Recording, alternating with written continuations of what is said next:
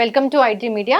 So కొందరికి ఏంటంటే ముక్కులో కండ పెరగడము, ముక్కులో ఏదో అడ్డుపడినట్లు ఉండడము, శ్వాస తీసుకోవడం కష్టంగా ఉండడము, ఊపిరి ఆడనట్లుగా ఉండడము, చాలా అనీజీగా ఫీల్ అవుతూ ఉంటారు, డిస్కంఫర్ట్ ఫీల్ అవుతూ ఉంటారు. ఈ ప్రాబ్లం అనేది ఏంటి? ముక్కులో కండ అనేది ఎందుకు పెరుగుతుంది? ఎట్లా తగ్గించుకోవాలి? ఆయుర్వేదం దీని గురించి ఏం చెప్తుంది? పూర్తి వివరాలు తెలుసుకుందాం. మనతో పాటు ప్రముఖ ఆయుర్వేద వైద్య నిపుణులు డాక్టర్ సుబ్రహ్మణ్యం గారు ఉన్నారు from Amrutham ayurvedic hospital. Doctor గారు నమస్తే అండి. నమస్తే అమ్మా.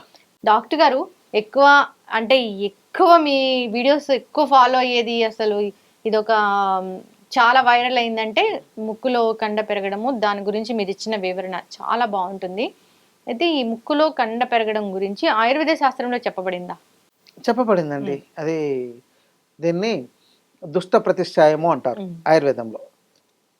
ఇంకా చెప్పండి, నాసార్షస్సు.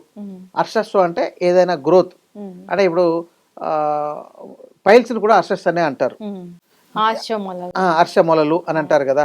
అంటే అర్షస్ అని ఆయుర్వేదంలో చెప్పేది, మనకు మామూలు పరిభాషలో మొలలు అని చెప్పని అంటారు. ఇంకా ఇంగ్లీష్లో అయితే హెమరాయిడ్స్ అని అంటారు. సేమ్ అలాగే ముక్కులో పెరిగే దుర్మాంసాన్ని నాసార్షస్సు అన్నారు. సో ఈ దుర్మాంసం ఓవర్గా గ్రోత్ అయిపోయినప్పుడు వాళ్ళకు ఈ క్యావిటీ తగ్గిపోయి బ్రీతింగ్ సక్రమంగా రాలేక వాళ్ళకు శ్వాస తీసుకోవడంలో ఇబ్బంది, ఇంకా దానివల్ల జలుబు చేయడం, అంటే జలుబు ఉన్నట్టయితే దానివల్ల ఫంగల్ ఇన్ఫెక్షన్స్ కానీ, లేకపోతే వైరస్ పెరిగిపోవడం కానీ, బ్యాక్టీరియా పెరిగిపోవడం కానీ, దానివల్ల ఈ యొక్క సైనస్ భాగాలు, మనకు సైనస్లో ఒక 4 రకాల బ్యాగ్స్ లాంటివి ఉంటాయి, దాంట్లో ఈ యొక్క దుర్మాంసం లాంటిది పెరిగిపోతుంది. దాన్ని మనకు ఆయుర్వేద వైద్యంలో క్షారకర్మ అనే చికిత్స ద్వారా క్లీన్ చేస్తున్నాం. ఓకే.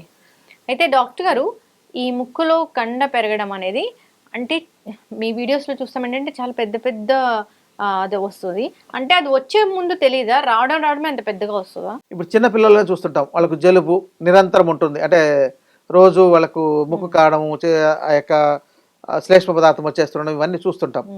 ఇక తర్వాత అది ఎక్కువ రోజుల పాటు ఉంటున్నట్లయితే ఇక్కడ ఉన్న టర్మినేట్స్ అన్నీ కూడా ఇన్ఫెక్ట్ అయ్యి అవి వాచిపోతాయి అన్నమాట. అదే పెద్ద కండల్లాగా తయారైపోతాయి, మాంస ముద్దల్లాగా తయారైపోతాయి. తర్వాత ఇవి ఈ లోపల భాగాల్లో, అంటే ఈ సైనస్ అంటే ఈ లోపల ఏదైతే బ్యాగ్స్ లాంటివి ఉంటాయో, అంటే శ్లేష్మ పదార్థం ఏదైతే పేరుకుపోయే భాగాలు ఉన్నాయో ఆ లోపల కూడా అట్లాంటి మాంసఖండాలలాగా పేరుకునేస్తాయి అన్నమాట, తయారైపోతుంటాయి. ఇది రకరకాల కారణాలు. కారణం ఏంటంటే మనకు జలుబు, అది ఎక్కువ రోజుల పాటు తగ్గకుండా అలాగే ఉన్నట్లయితే దాంతో అది అలర్జీగా మారిపోవడం, అక్కడ ఒక బ్యాక్టీరియా కావచ్చు, వైరస్ కావచ్చు, ఏదైనా ఫంగస్ కావచ్చు, దేని మూలంగా అయినా సరే అది లోపల తయారైపోయి పేరుకొని అక్కడ గడ్డలు లాంటివి డెవలప్ అవడం, దాన్ని దుర్మాంసం అని లేదా నాసార్షస్ అని అంటాం.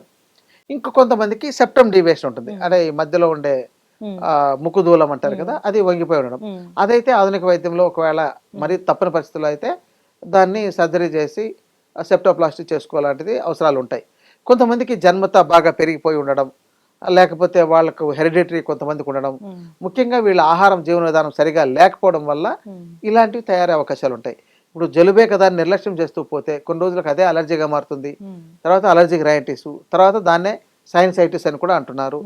ఇంకా దాంతోనే ఇంకా ఏమంటే నాజిల్ పాలిప్స్, ఇంకా ఇవి వీళ్ళకి బ్రీతింగ్ సరిగా తీసుకోలేక ఈ శ్లేష్మ పదార్థం అంతా పేరుకొని ఎక్కువ రోజుల పాటు ఇబ్బంది పడితే తర్వాత అదే బ్రాంకైటిస్, తర్వాత అదే అస్తమా కింద ఇలా రకరకాలుగా పెరుగుతూ చివరికి లంగ్ క్యాన్సర్ దాకా తీసుకెళ్తుంది. ఓకే. మరి ఇది వస్తే దానికి సర్జరీయేనా? అంటే ఆయుర్వేద పరంగా మీరు ట్రీట్ చేసేది దాన్ని తీసేయడమేనా? అంటే దానికి సర్జరీ చేస్తారా ఎట్లాగా? అలా కదండి, ఇప్పుడు ఆధునిక వైద్యంలో దాన్ని సర్జరీ చేసి రిమూవ్ చేయడం అనేది చేసే విధానం ఉంది, ఏంటి డాక్టర్ చేస్తున్నారు. ఆయుర్వేద శాస్త్రంలో ముందు దీనికి ఒక నస్యకర్మ అని ఆయిల్ని, మనకు మా దగ్గర షడ్బిందు తైలము, అనుతైలము, క్షార తైలము లాంటివన్నీ ఉంటాయి, వాటిని వేసి ఎప్పటికప్పుడు ముక్కును క్లీన్ చేసుకోవాలి. అంటే ముఖ్యంగా ఇది రావడానికి మనం ముక్కును శుభ్రంగా కాపాడుకోకపోవడమే ప్రధానమైన కారణం. అది చాలా మందికి ముక్కును ఎలా శుభ్రం చేసుకోవాలి కూడా తెలియదు.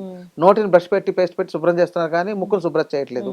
రోజు ముక్కుని వాళ్ళు ఫింగర్స్ పెట్టి బాగా లోపలంతా కెలికి ఆ లోపల ఉన్న శ్లేష్మ పదార్థాన్ని అంతా తీసేసేయాలి, అది క్లీన్ చేయాలి. ఇలా జలుబు రాకుండా కూడా కాపాడుకోవాలి.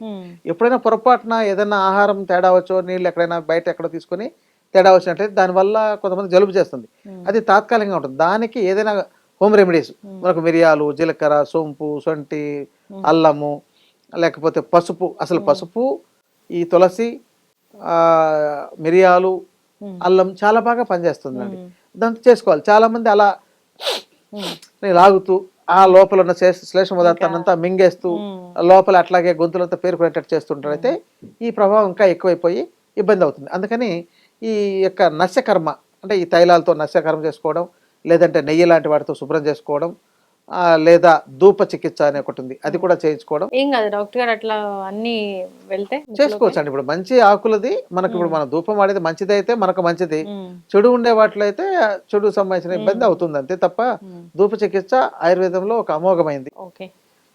ఇప్పుడు మనకు దోమలు పోవడానికి ఎలాగ పొగ వేస్తే ఎలా పోతాయో కొన్ని రకాలు ఇప్పుడు పసుపు మిరియాలు ఇలాంటి వాటిని కాల్చి దాంతో వచ్చే ఆ ధూపాన్ని పీల్చినా కూడా ఇక్కడున్న లోపల ఏమైనా వైరస్ కానీ బ్యాక్టీరియా కానీ ఉన్నట్టయితే అవన్నీ కిల్ అవుతాయి. అప్పుడు అవి పెరగకుండా మనల్ని కాపాడుకోవచ్చు. ఇది ఒక మార్గం. ఇవేవి చేసినా తగ్గట్లేదండి, బాగా ఇబ్బంది అవుతుంది, మొత్తం పెరిగిపోయింది, ఈ యొక్క క్యావిటీ సరిపడినంత ఉంటేనే మనకు ఆక్సిజన్ తీసుకోవడానికి అవకాశం ఉంటుంది.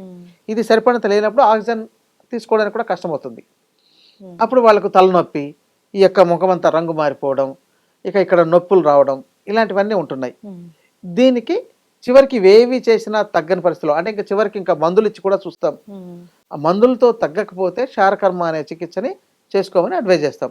క్షారకర్మ అనేది ఆయుర్వేదంలో చివరి దశలో చెప్పిన ఒక శస్త్రచికిత్స లాంటిది, పారాసర్జికల్ మెథడ్.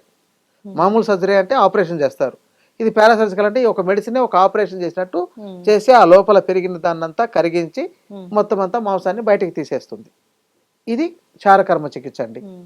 దీన్ని సర్జరీ ఎలా కేర్ తీసుకోవాలో, సర్జరీ తీసుకుంటే ఎలాంటి సమస్యలు ఉంటాయో, అంటే ఇప్పుడు సర్జరీ చేయించుకున్న వాళ్ళు 2-3 రోజుల పాటు లేవలేరు, తర్వాత వాళ్ళకి పోస్ట్ మేనేజ్మెంట్ చేయాల్సిన అవసరం ఉంటుంది.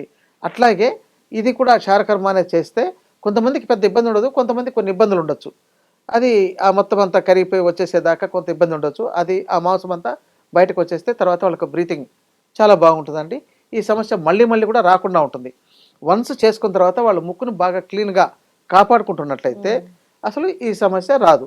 ఇక సహజ నేచురోపతి వైద్య విధానంలో ఈ జలనేతి అనేది యోగాలో వీటిని చెప్తారు. జలనేతి చేసినా కూడా చాలా మందికి తాత్కాలికమైన ఉపశమనం ఇస్తుందే తప్ప శాశ్వత పరిష్కారాలు ఇవ్వవు. శాస్త్ర పరిష్కారం అంటే మనం రోజు మందులు వేసుకోకుండా, రోజు ఏదో ఒక ట్రీట్మెంట్ తీసుకోవాల్సిన పని లేకుండా, ఇవన్నీ లేకుండా మనం కాపాడుకోవడమే కదా శాశ్వత పరిష్కారం అంటే. అలా ఒక మంచి శాశ్వతమైన పరిష్కారాన్ని ఇస్తుంది. కానీ దీంతో మేము ఇప్పటిదాకా చేసిన చాలా కేసెస్లో 90% సక్సెస్ రేట్ ఉంది. ఒక 10% కొంచెం కొన్ని కాంప్లికేషన్స్ వస్తున్నాయి. ఈ చికిత్సలో 90% సక్సెస్ రేట్ ఉంది, ఒక 10% కాంప్లికేషన్స్ వస్తున్నాయి. ఎందుకంటే వాళ్ళ యొక్క ఫుడ్ కావచ్చు, లైఫ్ స్టైల్ కావచ్చు, వాతావరణం కావచ్చు, ఎన్ని మందులు 1 or 2% కి అది సెట్ అవ్వదు. మేము చిన్న పిల్లలు కూడా చేసాము, చాలా అద్భుతంగా సక్సెస్ అయింది. అసలు మాకు ఇప్పుడు ఈ యొక్క అడ్వర్టైజ్మెంట్ కన్నా మాకు రెఫర్ చేసే వాళ్ళే ఎక్కువయ్యారు. అని మాకు బాగుంది, మీరు వెళ్ళి అక్కడ వెళ్ళి చేయించుకోండి అని. అది కూడా మా మీ వల్లే ఎందుకు చెప్పొచ్చు వస్తుంది. అంటే ఆ పేషెంట్ రావడం కూడా అంటే బేసికల్ గా డాక్టరు మంచోడు అంటే ఎవరైనా రిఫర్ చేస్తారు డాక్టర్ గారు అక్కడికి వెళ్ళడానికి. ఈ ప్రాబ్లం కి అసలు ఎక్కడా చికిత్స లేదు, దీన్ని ఇక్కడికి వెళ్తే సక్సెస్ రేట్ ఉందంటే ఖచ్చితంగా వెళ్తారు. అంతే, వాళ్ళకి వీడియో ఒకటి తోడవడము, అలాగే వాళ్ళకు చేయించుకున్న వాళ్ళకి బాగుంది. ఇంకోటి ఏంటంటే చాలా వరకు ఒక పేషెంట్ చేయించుకున్న వ్యక్తి నాకు బాగుంది అని అంటే చెప్పేదా, ఇప్పుడు అడ్వర్టైజ్మెంట్ వేల మంది లక్షల మంది చూస్తున్నారు, కానీ ఎవరైనా చేయించుకున్న వాళ్ళు చెప్పగానే ఒకరు చెప్పినా కూడా వాళ్ళు నమ్మగలుగుతున్నారు. కొంతమందికి కాంప్లికేషన్స్ ఉన్న వాళ్ళు రకరకాల నెగిటివ్ కామెంట్స్ చెప్పడం, అమ్మో అది కష్టం అనడం, లేదంటే డబ్బులు ఎక్కువైంది అనడం. ఇప్పుడు డబ్బులు ఈరోజు హాస్పిటల్ అన్నీ కూడా ప్రజలు ఇచ్చిన డబ్బులతోనే కట్టారు తప్ప ఎక్కడ ఇప్పుడు ఏదైనా చికిత్స చేయాలంటే దానికి తగినవన్నీ మేము సమకూర్చుకోవాలంటే తప్పనిసరిగా అది పేషెంట్ ఇచ్చుకోవాల్సిందే, లేకపోతే ఎవరు తయారు చేయలేరు. ఇప్పుడు ఇంకోటి అంటే ప్రైవేట్ గా మేము చేసేటప్పుడు ఇలాంటి ప్రయోగాలు చేసేటప్పుడు చాలా రకాల ప్రతి చోట డబ్బుతోనే దానికి మేము ఒక లేబర్ దగ్గర వెళ్ళి ప్రొక్యూర్ చేయించుకోవాలన్నా, ప్రాసెస్ చేయించుకోవాలన్నా చాలా ఖర్చు అవుతుంది కాబట్టి మీరు కూడా తెచ్చుకోవాలి కదా డాక్టర్. కాబట్టి వాటికి అవుతుంది. ఈ నోస్ ట్రీట్మెంట్ అనేది జనరల్ గానే నోస్ ట్రీట్మెంట్ కి రావాలి అంటే వాళ్ళు ఏమైనా ప్రిపేర్ అయ్యి రావాలా? ఈ ప్రిపేర్ ఏమి లేదండి, ముందు చూడాలి. ఒకవేళ తప్పని పరిస్థితిలో ఏదైనా టెస్టులు కావాలంటే చేయించమంటాం. ఇప్పుడు దాంతో వాళ్ళకు ఆ యొక్క అలర్జీ లెవెల్స్ పెరిగి ఉంటుంది, సెరం ఐజీ లెవెల్స్ అని ఒకటి టెస్ట్ ఉంటుంది. అది చేస్తే దాంతో వాళ్ళకి ఆ యొక్క రేషియో చాలా ఎక్కువ పెరిగి ఉంటుంది అనమాట. సో అలాంటి వాళ్ళకి అది తగ్గేదాకా కూడా మందులు కూడా ఇవ్వాల్సిన అవసరం ఉంటుంది. ఇది చేసిన తర్వాత చాలా వరకు తగ్గిపోతుంటుంది. ఇప్పుడు ఆధునిక వైద్యంలో కూడా అది ఎక్కువ ఉన్నట్లయితే మీరు మందులు వాడుకోండి అనే చెప్పుంటారు అనమాట. తగ్గేది పోస్ట్ సర్జరీ కూడా వాళ్ళు జాగ్రత్తలు తీసుకోవాలి చాలానే. అంటే అది కాపాడుకోవడం, క్లియర్ కాపాడుకోవడం, మిగిలిన హెల్త్ ఇష్యూస్ ఇంకేమైనా ఉంటే మళ్ళీ అస్తమానం జలుబు చేయకుండా, ఆ జలుబు చేసే పదార్థాలు తినకుండా, ఎప్పుడు చల్లటి పదార్థాలు, నేను కూల్ డ్రింక్లే తాగాలి, నేను ఐస్ క్రీమ్స్ తింటూనే ఉండాలి, నాకు అవంటే చాలా ఇష్టము అన్న వాళ్ళకి మనం ఏం చేయలేం. బహుశా రాకపోవచ్చు, రావచ్చు కూడా, అంటే వాళ్ళకు మళ్ళీ రిపీట్ రావచ్చు, రాకపోవచ్చు అలాంటి వాళ్ళకి. కానీ మంచి జాగ్రత్తలు పాటించే వాళ్ళకి మాత్రం తప్పనిసరిగా రాదని అయితే మనం బలగుద్ది చెప్పొచ్చు అనమాట. చాలా చక్కటి ట్రీట్మెంట్ డాక్టర్ గారు. ఆయుర్వేదం శాస్త్రంలో ఏం చెప్పబడిందో తెలియదు కానీ మీ ఏమంటారు హస్తవాసి మంచిది అని చెప్తారు కదా, అట్లాగా ఇది చాలా మందికి తగ్గింది, చాలా మంది బాగున్నాం, మేము బ్రీత్ తీసుకోగలుగుతున్నాము అనేది మేము చాలా కామెంట్స్లో చూసాము. సో ఇబ్బంది పడుతున్న వాళ్ళు కాంటాక్ట్ చేయాలని కోరుకుందాం డాక్టర్ గారు. చాలా చక్కటి ఇన్ఫర్మేషన్ అండి. జాగ్రత్తలు కూడా, పోస్ట్ సర్జరీ జాగ్రత్తలు కూడా ఖచ్చితంగా అందరూ పాటించాల్సిందే. ఫాలో అవ్వాలని కోరుకుందాం. ధన్యవాదాలు. నమస్తే. And for more videos, Please subscribe to iDream. Please subscribe to iDream. Please subscribe iDream. And please subscribe to iDream. For more videos, subscribe to iDream. please like, share and subscribe to the channel. Congratulations, iDream. Subscribe to iDream. Subscribe to iDream. So subscribe to iDream Media. iDream ki iDream team andarki huge congratulations. Please subscribe iDream Media. Please subscribe to iDream. Subscribe iDream. Please subscribe to iDream. iDream అంటే నా కళల ఛానల్ను subscribe చేసుకున్న నోరు తిరుగుతలేదు, మీరైతే గంట గుర్తు కొట్టండి. For more such videos, please subscribe to iDream. Subscribe to iDream. Please subscribe to iDream. Please subscribe iDream Media. Please do subscribe to iDream. Please subscribe to iDream Media. For best entertainment and information, please subscribe iDream. And don't forget to subscribe to iDream.